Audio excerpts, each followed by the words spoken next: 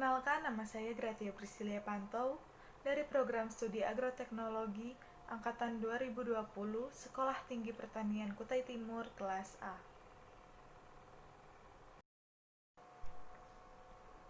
Di video ini, saya akan menjelaskan tentang sejarah bahasa Indonesia dan ragam bahasa Indonesia. Yang akan terlebih dahulu saya akan menerangkan tentang sejarah bahasa Indonesia. Sejarah bahasa Indonesia. Bahasa Indonesia adalah bahasa resmi Republik Indonesia dan bahasa Persatuan Bangsa Indonesia. Bahasa Indonesia berasal dari bahasa Melayu. Penggunaan istilah bahasa Melayu telah dilakukan pada masa sekitar 683 sampai 686 Masehi, yaitu angka yang tercantum pada beberapa prasasti berbahasa Melayu kuno dari Palembang dan Bangka. Prasasti-prasasti ini ditulis dengan aksara Pallawa atas permintaan Raja Kerajaan Sriwijaya. Pada awal penanaman bahasa Indonesia sebagai jati diri bangsa bermula dari Sumpah Pemuda pada tanggal 28 Oktober 1928.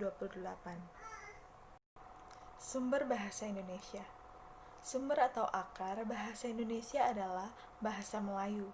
Bahasa Melayu diambil sebagai sumber karena bahasa Melayu saat itu disebut lingua franca atau bahasa perantara. Melayu digunakan seluruh Asia Tenggara di berbagai kegiatan yang ada di masyarakat.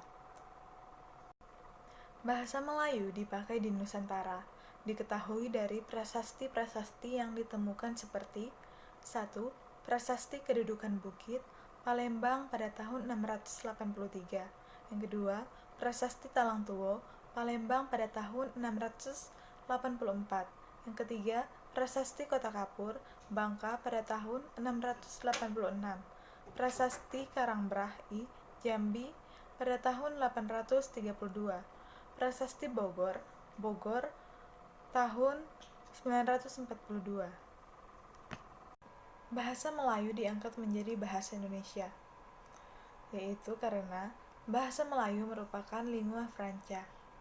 Kerelaan suku-suku bangsa yang ada di Nusantara memakai bahasa Melayu menjadi bahasa Indonesia. Sistem bahasa Melayu sederhana karena tidak mengenal tingkatan bahasa. Bahasa Melayu memiliki kesanggupan untuk dipakai sebagai bahasa kebudayaan. Peristiwa-peristiwa yang berkaitan dengan perkembangan bahasa Indonesia. Pada tahun 1901 disusun ejaan pertama yaitu ejaan Van Ophuijsen. Fungsi dan kedudukan bahasa Indonesia. Bahasa Indonesia adalah bahasa sebagai alat komunikasi sekaligus bahasa resmi Republik Indonesia dan juga sebagai bahasa Persatuan Indonesia yang sudah diresmikan setelah dilakukan Kongres Pemuda yang dilaksanakan selama 2 hari, 27 sampai 28 Oktober 1928 di Batavia, Jakarta. Fungsi bahasa Indonesia dalam kedudukan sebagai bahasa nasional terbagi menjadi 4, yaitu bahasa Indonesia sebagai lambang kebangsaan nasional, bahasa Indonesia sebagai lambang identitas nasional, bahasa Indonesia sebagai alat pemersatu seluruh bangsa Indonesia, bahasa Indonesia sebagai alat penghubung antar budaya dan antar daerah. Bahasa Indonesia dijadikan sebagai bahasa nasional. Yang pertama, bahasa Indonesia sebagai bahasa nasional mulai dikenal sejak 17 Agustus 1945, ketika bangsa Indonesia menyatakan kemerdekaannya dalam kedudukannya sebagai bahasa nasional, bahasa Indonesia. Yang kedua, berfungsi sebagai lambang kebangsaan nasional atau lambang kebangsaan. Yang ketiga, bahasa Indonesia mencerminkan nilai-nilai sosial budaya yang mendasari rasa kebangsaan. Setelah mempelajari materi tentang sejarah bahasa Indonesia, sekarang kita akan mempelajari tentang ragam bahasa Indonesia. Pengertian ragam bahasa. Ragam bahasa adalah variasi bahasa menurut pemakaian yang berbeda-beda, menurut topik yang dibicarakan, menurut hubungan pembicara, kawan bicara, orang yang dibicarakan, serta menurut medium pembicara. Bahasa yang dihasilkan menggunakan alat ucap dengan fonem sebagai unsur dasar dinamakan ragam bahasa lisan. Sedangkan bahasa yang dihasilkan dengan memanfaatkan tulisan dengan huruf sebagai dasarnya dinamakan ragam bahasa tulisan. Jadi, ragam bahasa lisan kita berurusan dengan lafal. Dalam ragam bahasa tulisan, kita berurusan dengan tata cara penulisan atau ejaan. Berbahasa Indonesia yang baik adalah menggunakan bahasa Indonesia yang sesuai konteks atau pembicaraan atau penulisan. Sebab terjadinya ragam bahasa. Ragam bahasa timbul seiring dengan perubahan masyarakat. Perubahan itu berupa variasi-variasi bahasa yang dipakai sesuai keperluannya.